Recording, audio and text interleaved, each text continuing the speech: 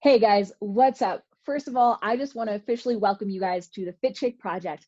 Over the next 30 days, you guys are going to learn all about how some of the coolest, world's fittest athletes and top industry experts on how they've transitioned from killing themselves in the gym and slaving away in the kitchen to living a life with more freedom and balance around the gym and food, all while maintaining their physique.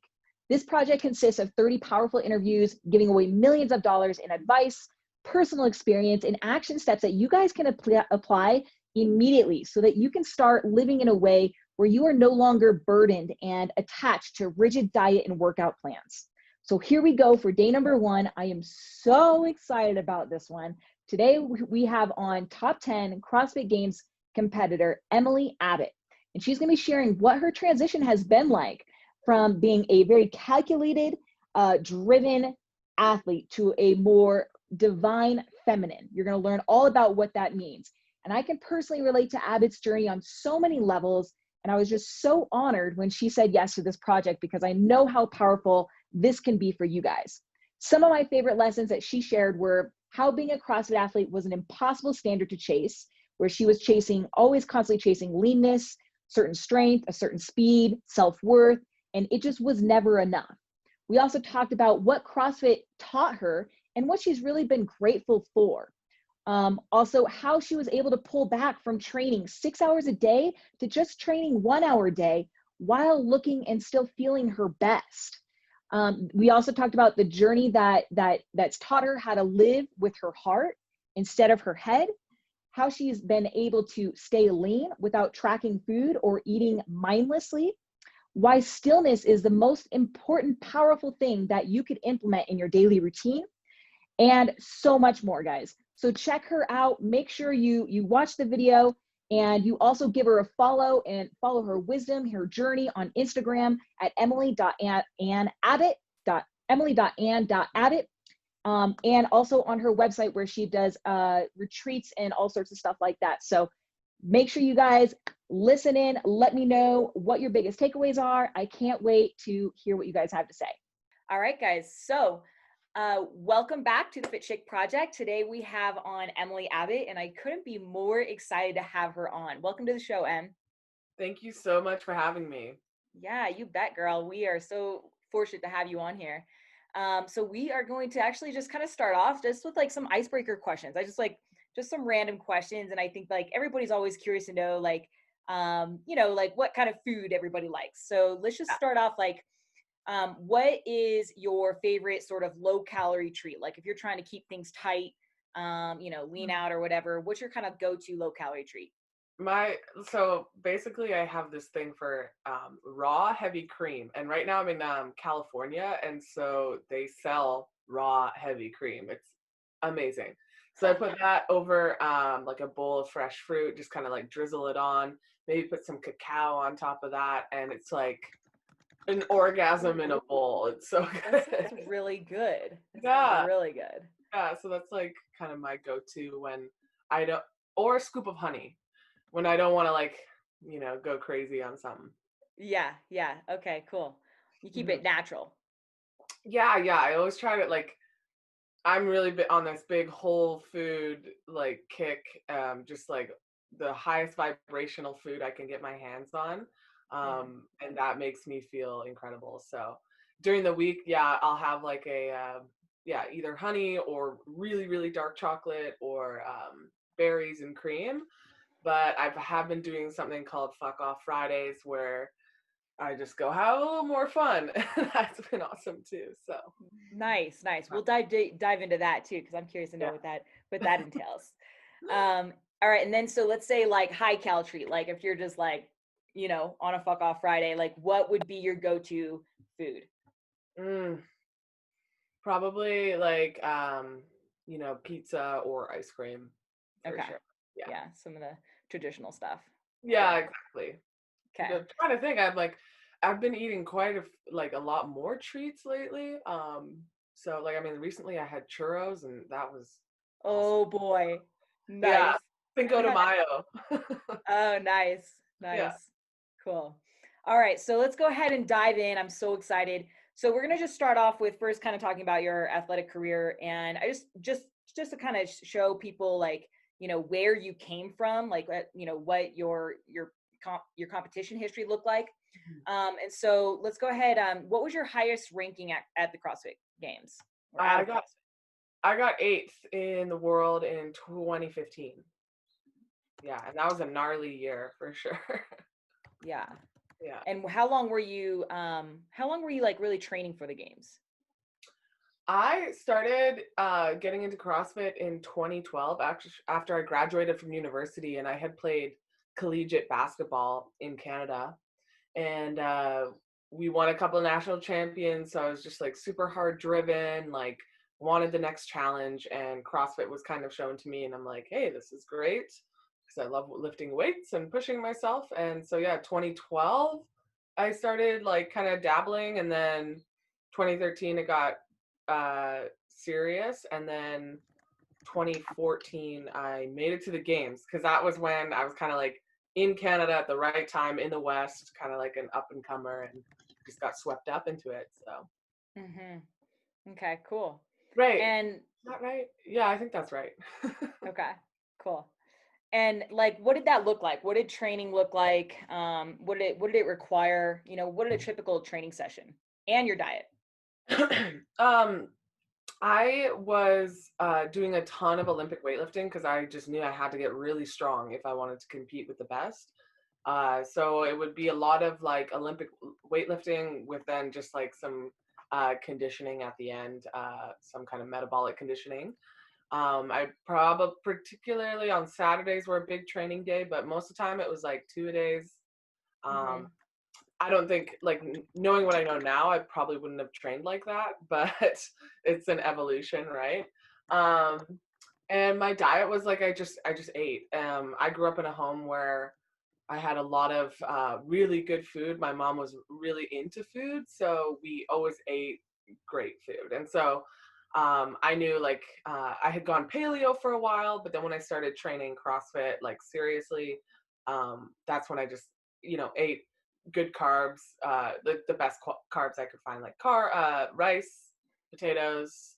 I didn't do gluten. I didn't do dairy. And yeah, I would just eat and train. It was fun. Did you get hooked up in the whole macros thing? Like, you didn't Okay, do no, so I didn't do macros until my last 3 months of competing.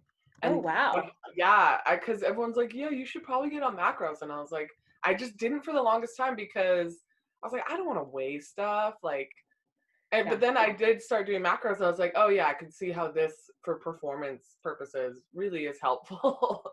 But yeah, I didn't do it for the longest time because I guess maybe I thought that like intuitively I knew what I needed to eat, but when I did start macros, I was pretty close. I was probably just like eating more fat than I probably, to get a certain body style or body, but yeah. So I didn't do macros for a long time. But what's interesting about that, if I was to go on a tangent right now, is that just doing it for that couple of months, I can see the psychological effect it has on people. And then all of a sudden I went traveling for 3 months after all that CrossFit stuff went down. And, so I just did whatever. And then I came back and I felt this need to get back on macros because it's like, it is this like form of control. Yeah. But luckily I ran into a friend who, she had gotten into like an eating disorder from macro counting. And she's like, she kind of told me her story. And then I went home that night and I was like, I don't want to do this. I don't want to eat like this. But it's just not for me. So that was kind of my journey with the whole macro thing. Yeah, it's a slippery slope, and I think it can easily get taken out of hand, especially I think especially for CrossFit type women that are very like regimented and want control, and it can very, I see a lot that like people just become so obsessed with it that they lose their connection, right? They lose that connection with like, are they even hungry? Yeah. Versus just following numbers. Absolutely. Yeah. And I think like in everything in life, you have to strike that middle path of like, so now when I eat, I'm really I'm like, okay, I've maybe just a little bit more conscious of like, hey, I've had like avocado and bacon and like cod liver this morning. There's probably quite a bit of fat. Maybe I'll just like eat more on the other, like a little bit more meat today or whatever. But Mm-hmm. um, I guess I just kind of, and I've also experimented with other ways of eating too. So I agree. I think that deep down, like it's kind of can become a dark passenger for us, and like Mm-hmm. really like why do we want to be so lean? Why are we trying to shrink ourselves all the time? It's women are supposed to have curves, we're supposed to have high body fat, and I think that's sexy. And Mm-hmm. so I yeah sorry we just kind of jumped into this, but it's like No, it's good. that's what I think. um Personally, like my journey with CrossFit, like obviously I loved it, like I loved working hard. I know you did too. Like it was so much fun like competing, but it was also this impossible standard that was always changing, and it was you had to have a certain body type to fit that. And Yeah. so it really became a question of like, am I worthy? And I'm chasing this impossible standard, and I Yeah. was chasing other impossible things in my life, and I would beat myself up for not achieving it. So it's like, Mm-hmm. whoa, okay, I have to totally shift my paradigm of and give myself grace and forgiveness Mm-hmm. and more self-love. So really, like CrossFit was a mirror for maybe some deep-seated self-limiting beliefs. And Mm-hmm. once I kind of got my spiritual 2x4 and it shook me awake, it was like, hey, you got to look inward, which is an incredible thing that CrossFit did, right? It really did help me Right. go inward, go deep, and shine light on all the shadows that were kind of hanging out in my body.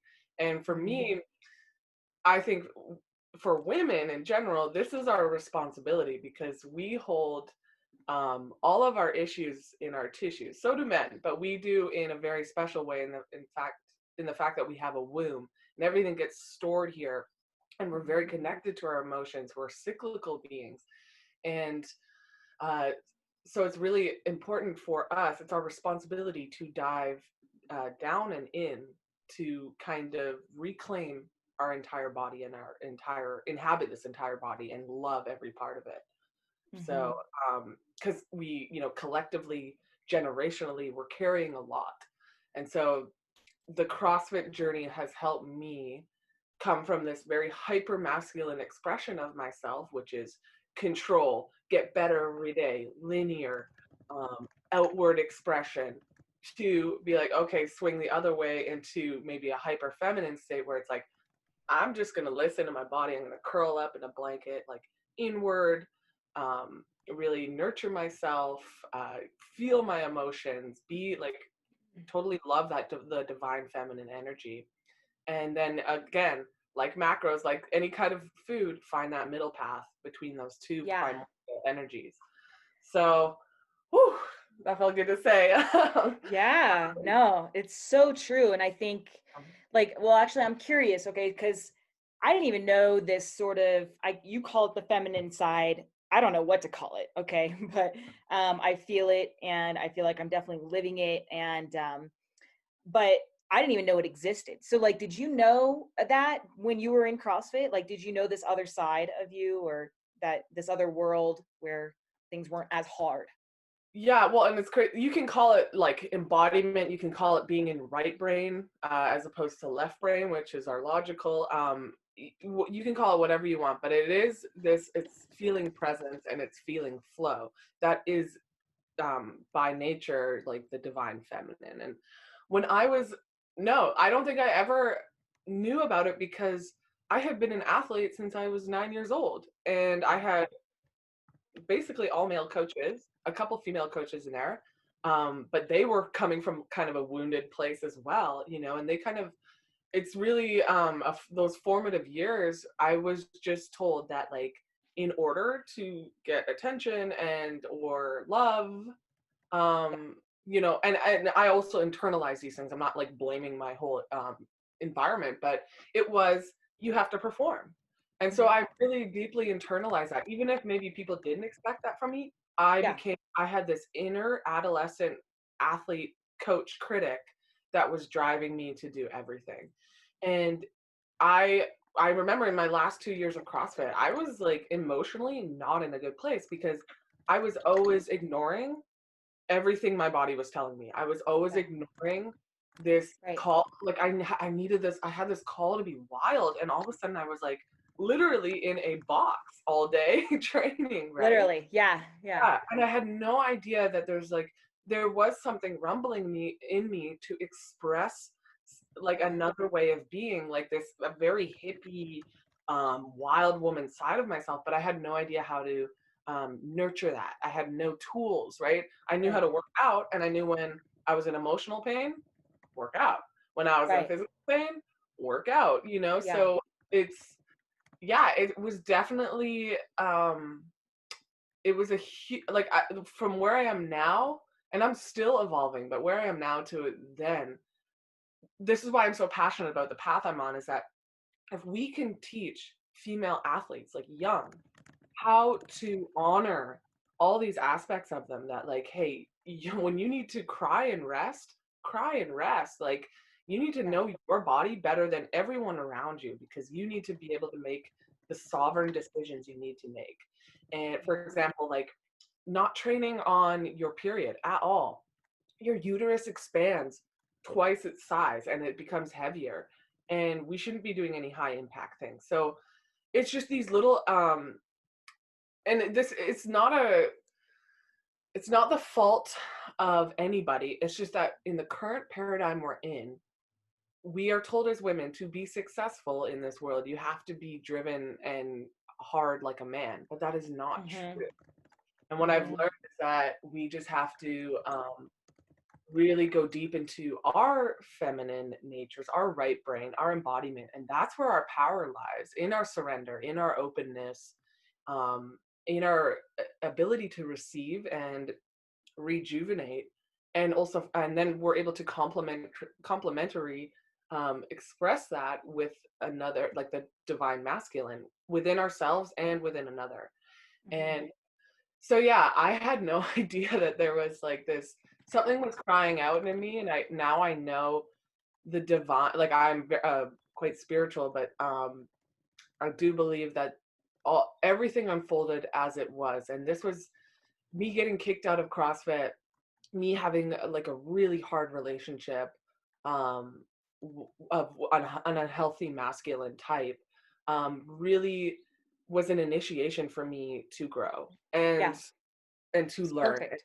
Yeah, it was perfect in how it all unfolded. And that's why, like, even in the climate we are in now, it's like we can't even understand what's going on because it's all unfolding as it should. And it's the light will be, shone on all the darkness.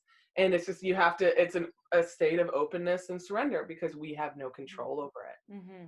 And yeah, so I don't even know what the question was anymore, but I just went down. Yeah, I talk- know. It's Hey, what's up, guys? We're just going to take a really quick break. Just so you know, every day I post some really awesome info on how women can get better results to getting lean in the kitchen and in the gym. So be sure to check me out on Instagram at natalie.newhart to take all of my unique secrets and start applying them today. All right, let's get back to the show. okay. So how did this, because I know how mine started. I'm curious, how did your transition start? Okay, so we're done with CrossFit. We go on a trip, right? Yes. I'm assuming you're probably still working out like crazy, all that stuff, that's just all you know. Or did you actually, maybe you, like how, I'm just curious, how did that, because it's the first step that's the hardest to let Mm. go.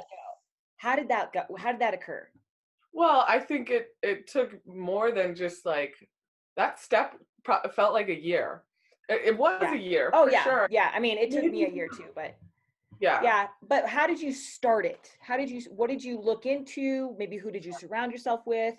You know? Yeah. Well, so actually, I think it started a little bit earlier. With my old partner, I actually got an abortion prior to the start of, like, maybe in September, before like the 2018 CrossFit season. And that was a really hard choice to make, and I made it. And I'm really glad that I did, and I had the options to do that, the choice to do that.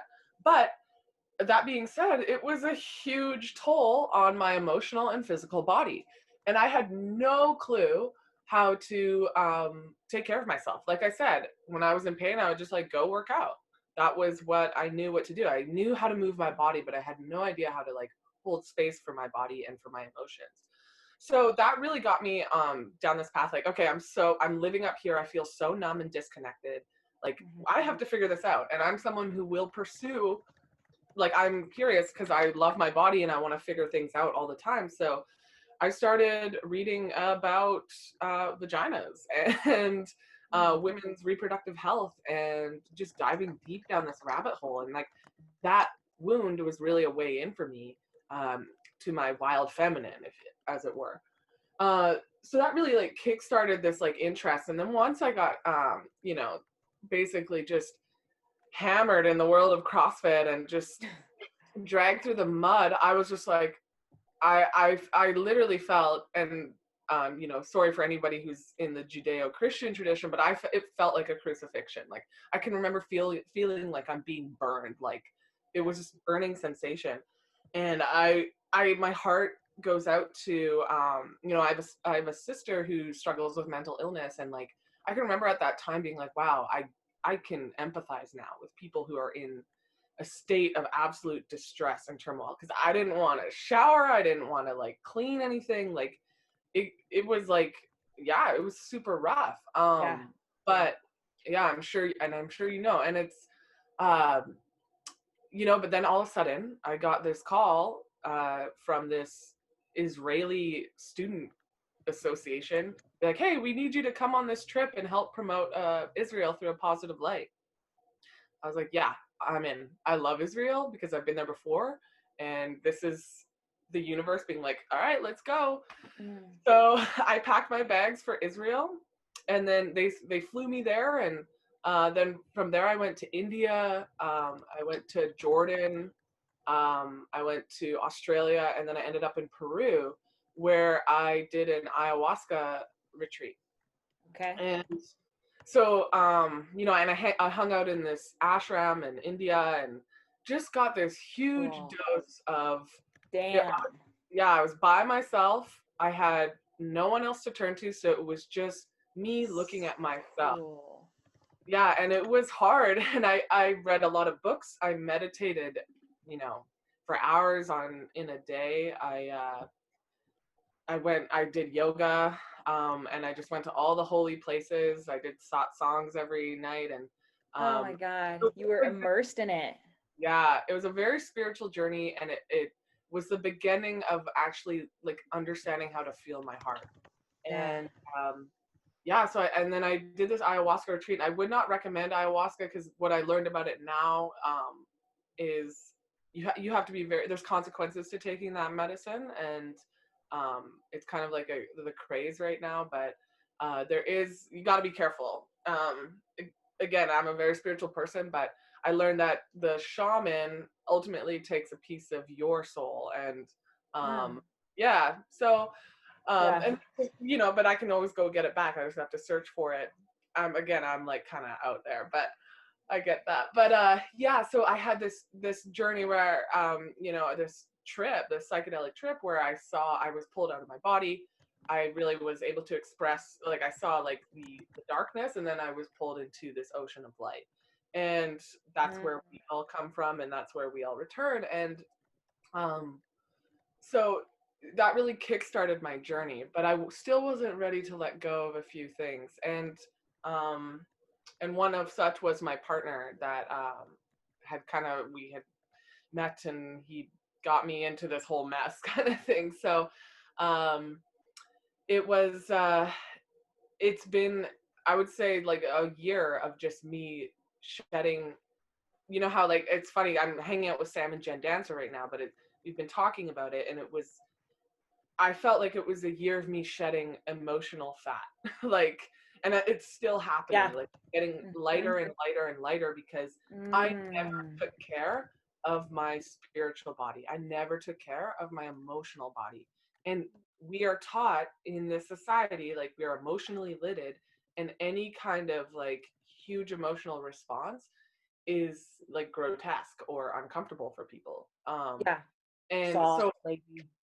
yeah, so I dove into psychedelic use. I dove into holotropic breath work, where people could hold space for me to rage and be upset and be angry and whatever. It wasn't even about CrossFit. It was about, my generational trauma. It was about collective trauma. Like it all just unwinded. And, I'm an intense person. Obviously I do CrossFit. So I went intense on my emotional healing, and in a year and a half time, like I also ended up getting a therapist as well. Like she's this really rad transpersonal Jewish mystic, like psychologist, Carl Jungian style. And so yeah, I worked hard, but I know how to do that. And I worked hard on my emotional and spiritual health because I knew I had to get this sound. I knew that Yeah. what I projected on the outside was not what I was feeling on the inside. And Yeah. basically everything in my life, and I do believe this, anything that happens in anybody's life is a mirror for you to look back inside, because we are all just refractions of light from the ultimate source. And we are here to grow and to experience. And so as much as I wake up sometimes and I go over the terrible events of the CrossFit thing. I go over the terrible events of breaking up with someone I truly loved. It kind of plays on repeat in my head. But we have the choice every day to then, I'm like, you know what? It's kind of like loud up here. So I'm going to drop into my heart. And I don't know why I'm getting so emotional about this, but it's been I'm so grateful that it all happened, because I came home to myself.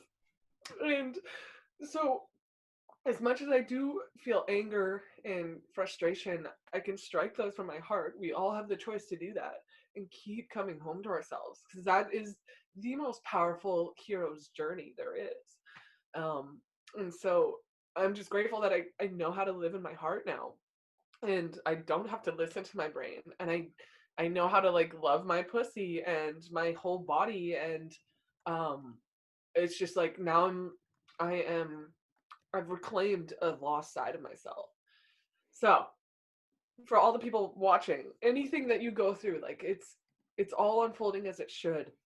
Stay the course, and yeah, you'll get through it to become a completely new person if you surrender and you let it happen. So yeah. Yeah. Woo! It's intense, dude. Yeah. And I think, like, because I can relate to that. And I still, as I'm reaching out to everybody for these interviews, I'm thinking in my head what people think of me, right? And so I can totally relate to like thinking, playing these stories in your head you have, because it's such an intense emotional event that happened. But trying to look at it from a place of love. Yeah.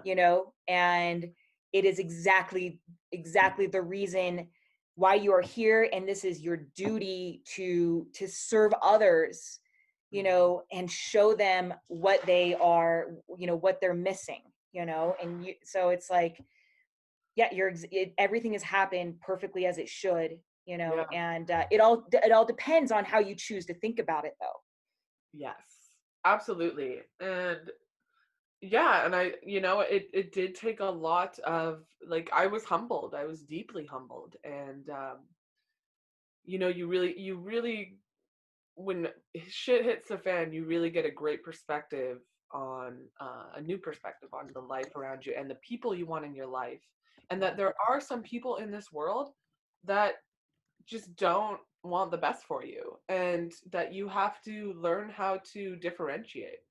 And what I like, big life hero is Dr. Christiane Northrup, and she's always talking about like dodging energy vampires. And but you have to know yourself in order to do that. And yeah, so like you said, it's all a journey, and now I am on this path of like really wanting to serve people. And Yeah. like how aligned is that? It's really cool.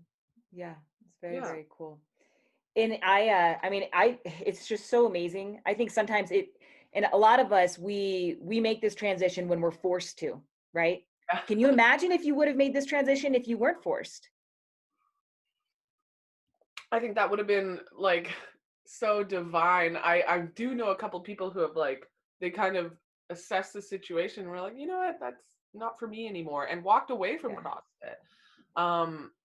And then I've also seen people who are able to, like, for example, Sam and Jen Dancer are really good examples of being able to be in the CrossFit world, but be an absolute light, no matter what. And even in the CrossFit world, there's quite a bit of, unscrupulous characters, and but that's like in everything in life, right? And so you have to really know your values and That's be right. grounded in who you are, so that you can navigate that world. But it's all a learning process. And I think, and this is why I'm on the path I'm on now. I'm getting my doctorate in acupuncture as we speak, and I'm just super invested in like yoni fitness and women understanding how to train within their cycles, how to train being pregnant. But I really want to work with a population that is younger, so 15-year-old girls know how to honor and respect the temple with the athletic world, because nobody's talking about that. And they're just basically told to kind of shut down and like, you just got to perform. And there is an aspect of it, but how can we create even more badassness by, reclaiming both sides of that spectrum of left brain and right brain, and really tapping into women's innate power, that again, we're not default men, we're women, and we have to respect that. And we have, a cyclical nature and a built-in system to like rest and rejuvenate every month. And, the veil between this world and the great mystery is very thin every time we're on our bleed. And so it's like, how do we work with that within the paradigm that we're living in, and how can we optimize that? So that's kind of like the journey I'm on. And a lot of like Taoist sexology, and learning how to just basically use this vessel to be like the most optimized human you can be, and doing that through energy practices, and returning home to our vaginas and paying attention to them, because I've yet to meet one woman who does not have some kind of menstrual irregularity, or painful sex, painful periods, and painful birth. And it's like, that doesn't need to be happening. That's just something that's been conditioned into us as normal. It is not. Right. So how can we, that pain and the discomfort and the irregularities are literally our body being like, hey Emily, pay attention to me. So how can we, become clear on what those problems are, and how can we can heal it ourselves. Yeah. So let's talk about how you were able to let go of what you were trained to believe of working harder and a ton, right? And that was the way of just, that's what we should do. How did you start changing your training habits? How did you what started to go through your mind where you were like, you know what? It's okay that I don't do this for time, or don't do it RX, or like, this is where women are at right now. They think that it's all or nothing, and it's got to be done the way it's written, and everything's got to be checked off, and every day has to be hard regardless of how they feel. And it's just this terrible cycle. So how did you start breaking through that? Well, again, like I said, this is constantly evolving. I kind of kept doing CrossFit for a little bit, just to like keep it up. But it really wasn't where like I was like, I'm not finding a lot of joy in this. And so I was like, I'm just going to go do things that make me feel joyful. And really what I started to notice is that I'm kind of on a 3-day cycle, where one day I want to run, I want to get my heart rate up, I want to squat, I want to lift. One day my body calls for play. So I do slacklining. I go to a drum circle and dance it out. I play with my fire darts and poi. I'm kind of like, you know, a little bit of a nerd on that. I'll go roll jujitsu. I'll go just do something more playful. And then one day is for nourishing movement. And so that's when I will do yoga. I will do yin yoga. I will chill out. I'll do more meditative stuff. I'll go for a long walk. And so really though, what it came down to was me creating a relationship with my body, and this is why women, we just love to live up here, and men too, right? We're just stuck up here. But when I started, this is what happened, and this is the exact process that I did. I started to feel frantic and like, oh my God, I gotta go do something. I have to go be in the gym. I have to go, you know, do 100 push-ups for time. Like I'm falling. It's this idea that we're falling behind, that we're not enough. And so as soon as I started to feel that, I immediately that was my sign too. Okay, I'm getting into a sympathetic state. This isn't where I want to be. I sit in meditation. I sit and I breathe for 10 minutes. After that 10 minutes, I then say, body, what do you need me to do?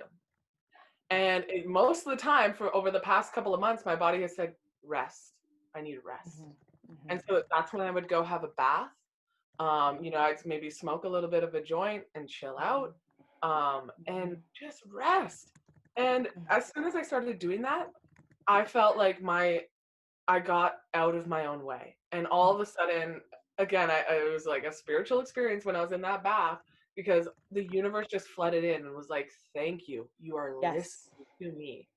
And all of a sudden I was like, I was like, hey, body, you're my mistress. You tell me what to do. You tell me how to, and I'll do it for you.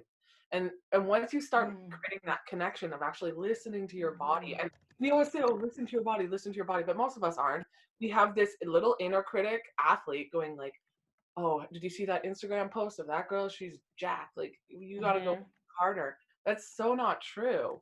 You have to work within your frame, your God-given frame, and the body that your ancestors gave you. It's perfect as it is. You have all the tools you need. You are an inner guru, and we just have to start listening to that. And but that takes stillness. The only way to get there is stillness. So if you're someone who loves to move and you love to be at the gym, I challenge you to be still more. What does it mean to sit in meditation? I saw, Natalie, that you do meditation now, and it's such a powerful way to start figuring yourself out. And it's uncomfortable as hell at first. Yeah. It is so uncomfortable. That's the hard part, right? It's like this wall that you like, it just does not feel, you feel like you're doing something wrong. You should be doing this, and this, and this. You should be doing all these other things, but it is the only way through it. Like, and I think the reason why once you can learn how to use that breath to shut off the incessant need to do and go, then everything, like what you said, you know, it's just the universe thanks you. But you have to be able to do that four-sided breath so that the fight or flight system, the fear, shuts down. Because right now we're just all operating out of fear. Like fear, we're not good enough, we're not doing enough, and it's you can't create or relax out of that. Yes. So as much as it's hard, you have to go through that meditation. Yeah, and absolutely. And I think that, you know, there's this concept in Taoism, I love Taoism, called busy backsun. And it's the Westerners' obsession with being busy back soon. And the problem with that is that's such an energy leak and an energy dump, and you will be older and you will, like, your body will degrade sooner. And so we have this idea that we always have to be productive and busy, but like, we don't understand that again, that embodiment, the feminine side of open, receptive, like you get all the information you need from nature, from the universe. And then all of a sudden you are a more productive individual, because things get done when they need to get done instead of just constantly in this work output mode.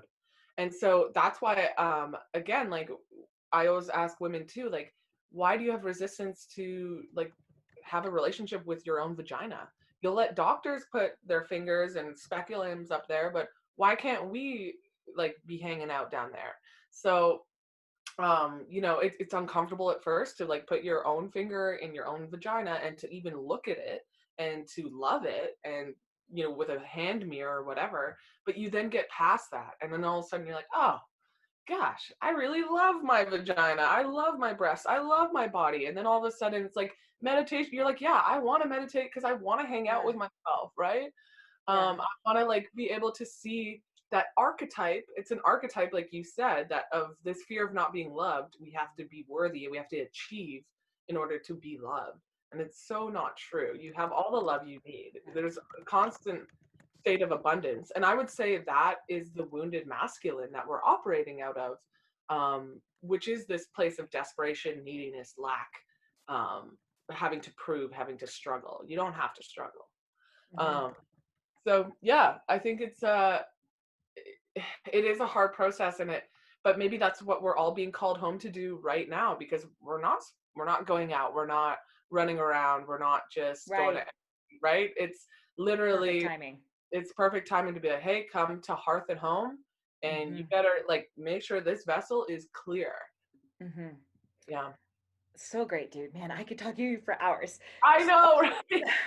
Like seriously, like, oh yeah. Okay, so let's talk a little bit about food, because the one thing that I realize is, you know, when I was just so obsessed with the go mentality, I was obsessed with food. Like it was just always on my mind. I couldn't, like, you know, I would be done eating and I'd be already thinking about the next food or the macros. And like, how has like your relationship with food changed? And like, yeah, I guess that, you know, your relationship with food, is it easier now that you have this freeing approach?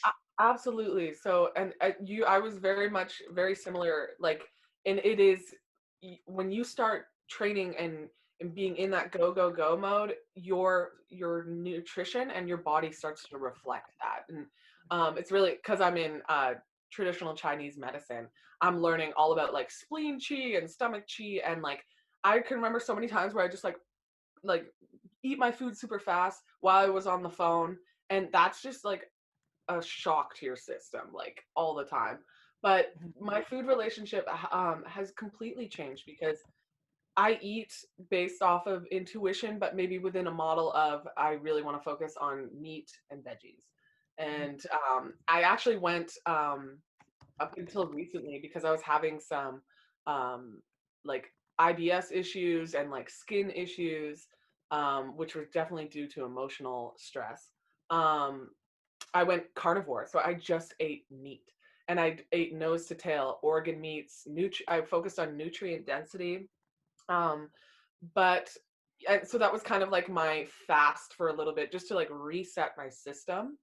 But now, since I've been hanging out with Sam and Jen, I've really just been focusing on nutrient density and eating whole foods, finding organic, grass-fed, grass-finished beef from local ranchers.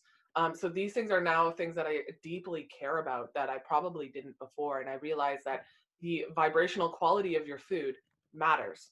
And so that being said, because I've understood this, like this stillness, I'm not operating from an unconscious, like, I just need to eat. I just need to eat, because I'm resting more. So my body's able to rejuvenate itself. I'm more deeper into my self-sexual practices, which rejuvenate and provide energy in a way that food cannot.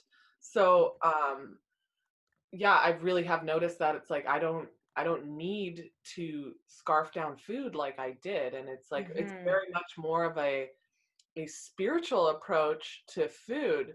And it's really, I'm so glad you brought that up, because it's like, yeah, once you do slow down and you don't have so much output, you find new ways to have input into your system. You're nourished in lots more different ways. And it's so cool that you bring that up, because I didn't really think about that, but I have noticed that I'm like, I could not eat for, like, I'll eat in the morning, or like I'll eat when I'm actually really hungry, and then you know, when food comes up again, I'm like, oh yeah, I guess I should eat. And it's not like like I'm neglecting myself. It's just that I'm going based off of what I feel, instead of feeding that like feel macro brain, right? Yeah. So Okay, so 2 more questions. All right, Yeah. so do you think then, can you stay lean, right? Because we all want to be, Mhm. look good, naked, whatever. Yeah. Can you stay lean without tracking food and working out hard every day? Yes. Yes. 100. And yeah, and so how would you say, like, what are your top like 3 points in trying to do that? I would say increase your water intake, like half your body weight in ounces with trace minerals or sea salt in it. I chug an entire, not chug, but I drink a full one of these as soon as I wake up. So I would say more water all the time. Most people are just Okay. walking around so dehydrated. Um, Secondly, I would say focus on nutrient dense foods. Find your local farmer, get the highest quality food. It will make a huge difference in your satiety, Yeah. Hmm. and it will make a huge difference in how you feel. And when you know where your food is coming from, you kind of honor and respect it more, and you're like, man, I'm grateful for this delicious Hmm. little bowl of food. That really does change the mindset instead of volume, volume, volume. And then the third one is that get still and listen to your body, because if you can get still, your body's going to ask you or tell you what it needs, and then you'll be able to find ways to nourish your body instead of just wanting like treats, right? Or a Netflix binge, because those are like a disconnection piece. Like your body's just trying to like get some kind of connection from you. Yeah, it's just grasping. So I would say those would be my top 3 points of really just having a more mindful approach to everything in your life. And Hmm. it comes from slowing down. Hmm. Yeah. Comes So from slowing down. yeah. Awesome. Dude, thank you so much. Gosh, I want to hang out with you. Oh, hey, let's talk about where people can find more of you, Oh because yeah. I mean, yeah, so where can people reach you and hang out with you? Yeah. So I run fitness adventure retreats down in Mexico. I'm starting to do like yoni fitness seminars with CrossFit gyms, and I'm gonna be treating people hopefully I know I will in the future in the next couple of years here. But you can find me at on Instagram at emily.and.abbott. You can find me on I just launched my new website. It's www.emily-abbott with 2 B's, 2 T's.com. And on there is like all of my offerings. I have a really fun brand called Psychedelic Gypsy, where I sell some like cute tops and like fun gypsy clothes to work out in. And yeah, my blog and all my retreat stuff is up there. So go check it out. It's all super fun, and I feel like this is a year of not pushing for things, but like getting into alignment. Yeah. And yeah, Yeah. so dude, Very yeah. cool, Well, dude. I thank will you be so checking much. out This is your so much website. fun. Yeah, it's so much fun, dude. So much fun. We're gonna have to hang out. So Yeah. Are there you you in go, guys. Yeah, I'm in Colorado. Colorado? Okay, I'm about to drive back from From California? I'm in Illinois right now and head to Yes. California. You should Um, stop by. Maybe I'm I'll in the stop. mountains. Oh, dude, So that was pretty. okay. So pretty. Yeah, okay, I'll message you. Okay, yes, you can stay with us. We have a full house right No now. way. Oh, Okay, great. yes. Yes way. Yeah, okay, cool. All right, so we'll exchange. We'll Yeah, make sure we stay in touch. yeah. Okay, Em, I know you got to go. So thank you so much for being on here. And yeah, we'll see you guys on the next show. Awesome. Thanks for doing this, Natalie. No problem, dude. Take care. You too.